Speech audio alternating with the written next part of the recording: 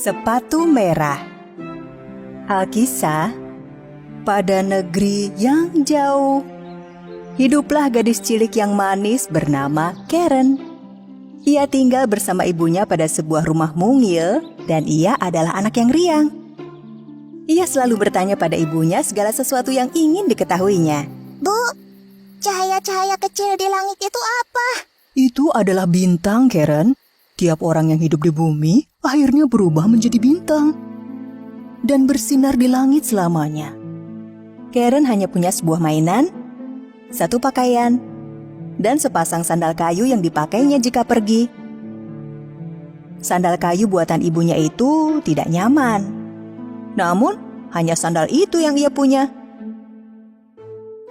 Suatu hari, ibu Karen jatuh sakit. Karen harus pergi ke kota membeli obat untuk ibunya. Di tengah perjalanan, ia menemukan sepasang sepatu merah dalam kotak di pinggir jalan. Sepatu itu berkilau indah, sehingga Karen terdorong untuk membawanya pulang. Lihat, Bu, aku menemukannya di pinggir jalan. Bagus sekali kan? Pas untukku. Bisa saja itu milik seseorang, Karen. Kau harus segera mengembalikannya. Tapi kalau sepatu ini ada yang punya, ia tak mungkin meninggalkannya dalam kotak. Mungkin pemiliknya tak sengaja menjatuhkannya. Pastinya jangan sampai jatuh. Aku yang menemukannya. Jadi milikku sekarang. Sayang, dengar ibu baik-baik. Mungkin ibu belum bisa membelikanmu sepatu baru sekarang. Tapi ibu tak mengizinkan kau memakai sepatu milik orang lain. Janganlah keras kepala. Berjanjilah kau tak mengenakan sepatu merah itu. Dengan sedih, Karen berjanji tak akan memakai sepatu merah itu dan menyembunyikannya di bawah kasurnya. Bulan demi bulan berlalu, hingga suatu hari saat Karen pulang ke rumah, ia tak menemukan ibunya di rumah. Ia mencari ke sana kemari sebelum kemudian menyadari bahwa ibunya telah menjadi bintang di langit. Hari berikutnya, dalam perjalanan menuju pemakaman ibunya, Karen memakai sepatu merah itu. Semua yang hadir menatap sepatu yang dipakai Karen. Ia tidak pantas. Tapi Karen tak peduli, karena ia menyukai sepatu itu. Seorang nenek baik hati kebetulan lewat di pemakaman. Nenek tersebut mengetahui gadis cilik itu kini yatim piatu dan berniat mengadopsinya. Ikut denganku, gadis cantik. Akan nenek lakukan yang terbaik untukmu agar menjadi sukses dan cantik kelak kau dewasa. Jadilah Karen hidup bersama nenek itu selama bertahun-tahun lamanya. Karen, kau memakai sepatu itu terus-menerus sejak ibumu dimakamkan. Copotlah sepatu itu. Sudah sangat kotor. Tidak, aku menyayangi sepatu merahku. Oh, Karen, jangan keras kepala begitu. Ayo, ganti sepatumu. Nenek berjanji akan belikan yang lebih bagus. Karen tak ingin mengecewakan nenek yang begitu baik telah mengadopsinya. Sehingga akhirnya ia lepas sepatu merah itu dan membuangnya. Hari demi hari berganti. Suatu hari saat Karen bermain di kamar barunya dengan baju dan mainan baru, nenek membelikannya sepasang sepatu baru. Tapi Karen tak menyukai sepatu itu. Tapi warnanya biru. Jelek sekali. Aku tak menyukainya. Tahun-tahun berikutnya, Karen sangat merindukan sepatu merahnya. Ia tumbuh menjadi gadis yang cantik. Namun sifat keras kepalanya tak berubah. Bahkan saat sang nenek membelikannya hadiah. Aku tak mau memakai benda ini. Tapi nenek merajutnya untukmu. Aku tak mau makanan ini. Buatkan aku kentang goreng. Paling tidak makanlah sedikit, sayang. Sang nenek merasa lelah dengan sikap pilih-pilih dan keras kepala Karen. Namun tetap membuatkannya kentang goreng. Begitu nenek masuk, Karen melepas sepatu birunya yang sudah terlalu sempit. Lihat, Nek. Semua barang milikku kekecilan sekarang. Aku sudah dewasa. Ya, ayolah kalau begitu. Kita beli baju dan sepatu baru untukmu. Lalu, sang nenek dan Karen pergi ke toko. Oh, lihat. Mirip sepatu merah kesayanganku. Aku harus memilikinya. Ayo beli yang ini. Karen, kau tak butuh sepatu merah mewah. Kau perlu sepatu yang tampak sopan kau kenakan. Misalnya jika kau kelak menghadiri pemakaman. Nenek hanya mampu membelikanmu sepasang sepatu. Kita beli sepatu hitam, lalu pulang. Nenek sudah lelah. Aku tak peduli. Jika nenek tak membelikan 2 pasang sepatu, aku bertelanjang kaki saja mulai saat ini. Gadis kecil. Andai saja kau tak keras kepala. Nenek membelikan sepatu hitam untuk Karen dan menghabiskan sisa uangnya untuk membelikan Karen sepatu merah berkilau itu juga. Mereka harus pulang berjalan kaki. Kaki sang nenek terasa sakit selama perjalanan dan ia tak sanggup mengikuti si manja Karen. Dan Karen tak peduli. Ia berjalan pulang mengenakan sepatu merahnya. Satu hari, nenek mengatakan pada Karen bahwa mereka harus hadir pada pemakaman di kota. Karen, pastikan kau memakai sepatu hitammu.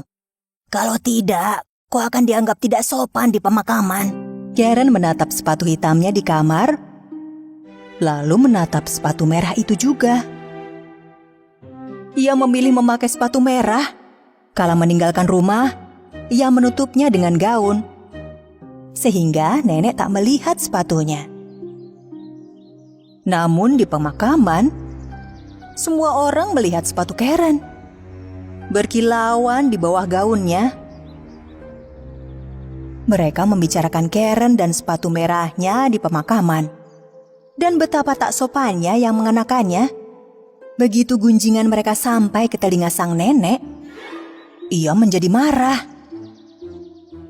Karen, kau tak dengar apa kata nenek dan memakai sepatu itu lagi.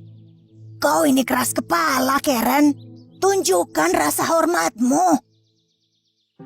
Seorang bangsawan muda nan tampan kebetulan lewat dan terpesona dengan kecantikan Karen. Ia mendekatinya dan berlutut lalu memberikan pujian padanya. Oh, kau sangat cantik dan begitu lembut memakai sepatu indah ini. Tuanku, kau membuatku tersipu. Kau pasti pandai berdansa. Aku mengundangmu untuk hadir pada pesta dansa di istana malam ini. Datanglah. Begitu gembira dengan tawaran bangsawan itu, Karen mulai menari. Namun beberapa saat kemudian, ia tak dapat berhenti menari. Mengapa aku tak bisa berhenti menari? Apa yang terjadi? Karen meninggalkan sang nenek dan bangsawan itu tatkala ia menari. Karen, kembalilah. Meski beberapa saat sang bangsawan mengejarnya, ia akhirnya kehilangan Karen. Sepatu merahnya menjadi lebih keras kepala daripada Karen sendiri. Sepatu itu membawanya hingga ke puncak gunung dan membuatnya terus menari siang malam selama 3 hari. Kaki Karen terasa sangat sakit, sehingga ia berteriak tiap kali melangkah.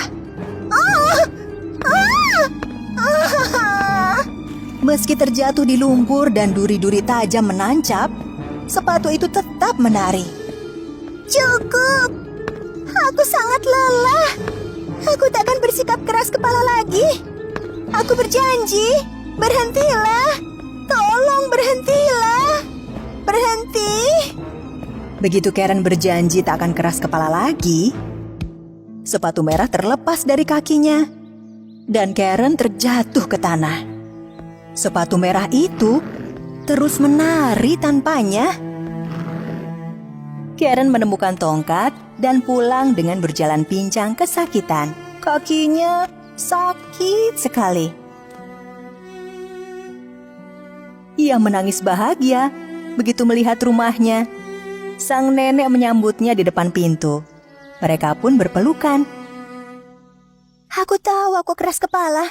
Namun aku berjanji tak akan seperti itu lagi, Nek. Begitu Karen mengubah sikapnya, keadaan menjadi lebih baik. Satu hari, seseorang mengetuk pintu. Ia adalah sang bangsawan tampan. Karen, akhirnya kita bertemu. Aku berusaha mengejarmu, tapi kau menari begitu cepat. Bagaimana kau melakukannya? Karen gembira melihat kehadiran bangsawan muda nan tampan itu. Saat itulah cinta Karen dan bangsawan muda bersemi. Begitu meninggalkan sikap keras kepalanya, Karen hidup dengan lebih tenang dan bahagia. Pada zaman dahulu, hiduplah seorang raja yang memiliki 12 putri cantik. Kedua-belas putri ini tinggal bersama di kamar yang cantik dan besar. Raja melindungi putri-putrinya dengan sepenuh hatinya, dan saat waktunya tidur di malam hari, putri-putrinya tidak diizinkan keluar.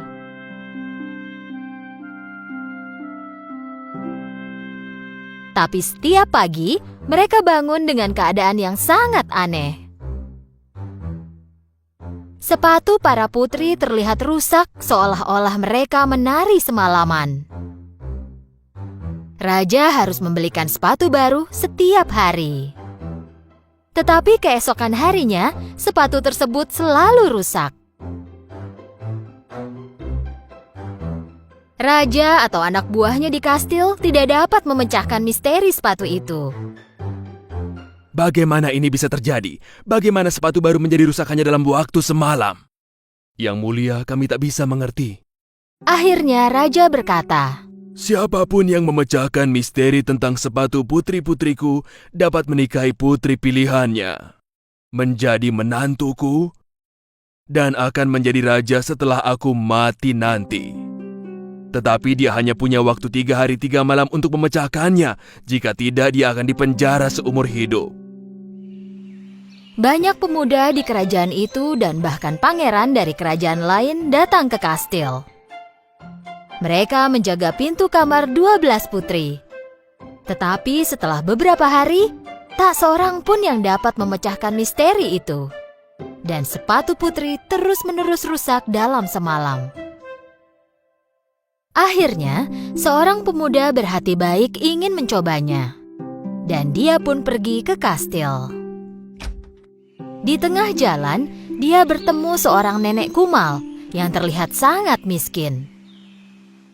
Nak, aku sangat lapar. Maukah kau memberiku sepotong roti? Pemuda itu memberikan semua makanan yang ada di tasnya kepada si nenek. Sang nenek sangat senang karena pemuda sebelumnya yang ia jumpai tidak memberikan apa-apa. Nenek itu tahu bahwa pemuda ini berbeda dari pemuda lainnya. Sebagai balasannya, nenek itu memberikan jubah ajaib. Ambillah jubah ajaib ini. Saat memakainya, kau akan jadi tidak terlihat. Jam 12 malam tepat, kenakan jubah itu supaya tidak terlihat dan masuklah ke kamar putri. Dengan begitu, kau dapat memecahkan misteri sepatu itu. Tapi hati-hati, jangan meminum apapun yang diberikan para putri kepadamu. Mereka memang putri-putri nakal. Pemuda itu mengambil jubah ajaib dan pergi ke kastil. Dan ketika tiba di kastil, dia menyampaikan tujuannya yaitu untuk memecahkan misteri sepatu. Hari pertama ketika dia berjaga di luar kamar putri, putri sulung keluar dengan segelas air limun. Kau pasti haus. Kami membuatkan air limun untukmu. Ayo minumlah. Pemuda itu lupa akan peringatan sang nenek lalu meminumnya. Tak lama kemudian dia pun mengantuk. Dia tertidur nyenyak sepanjang malam di kamar yang sudah disiapkan para putri untuknya.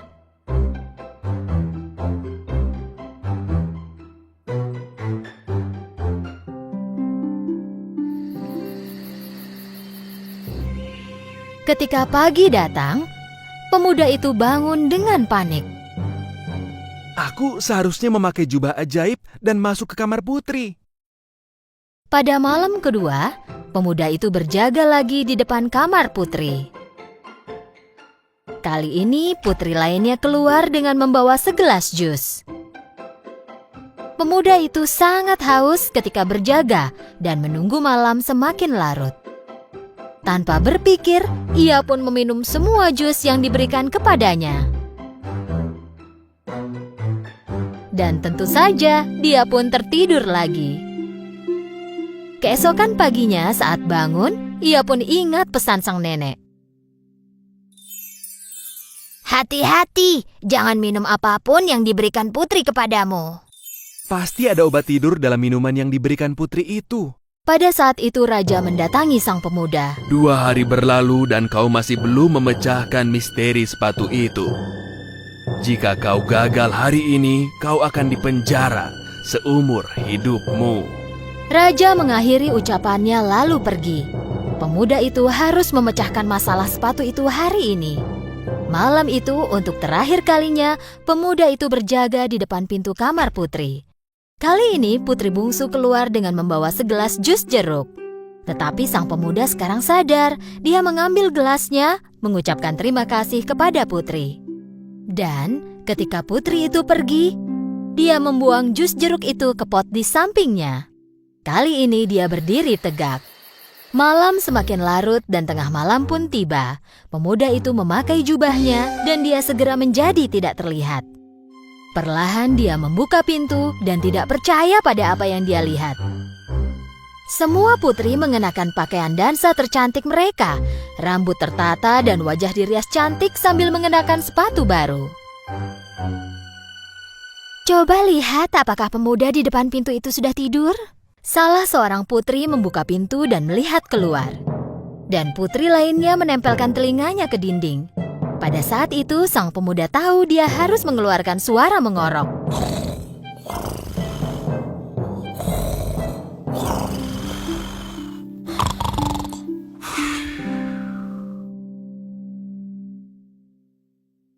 Putri sulung menggeser tempat tidurnya dan bertepuk tangan 3 kali. Sebuah jalan rahasia terbuka di bawah tempat tidur itu. Sang pemuda tidak percaya apa yang dia lihat.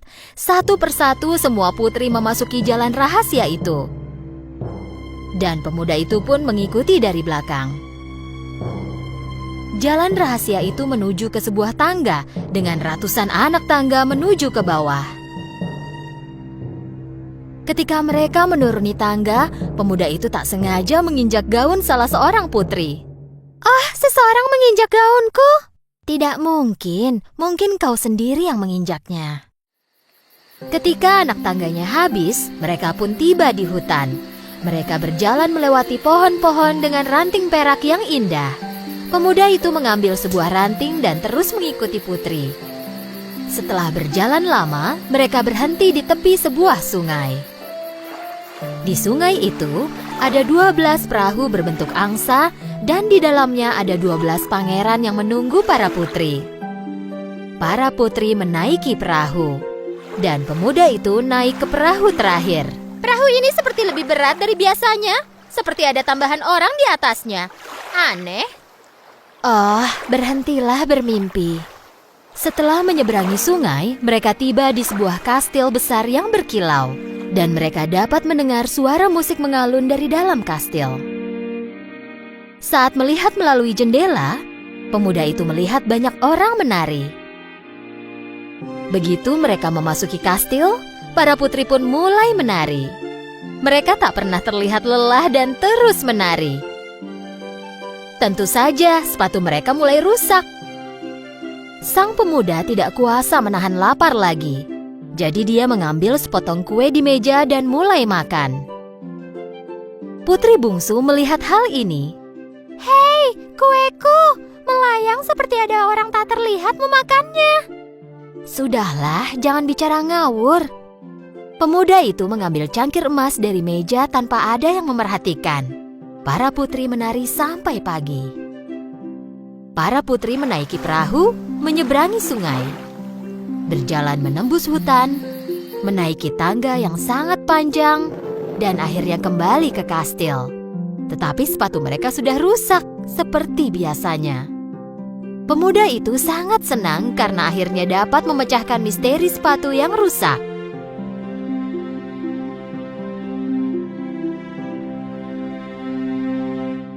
lama kemudian, raja mendatangi pemuda itu.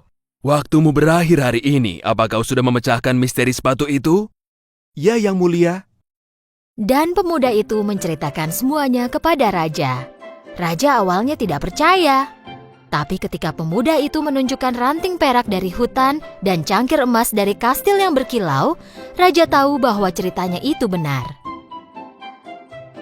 Dan raja menepati janjinya dan mengizinkan pemuda itu untuk menikahi salah seorang putrinya. Pemuda itu mengatakan bahwa ia ingin menikahi putri bungsu. Kedua-belas putri penari sangat tidak senang karena rahasia mereka terbongkar. Tetapi sang pemuda dan putri bungsu menikah dan hidup bahagia selamanya.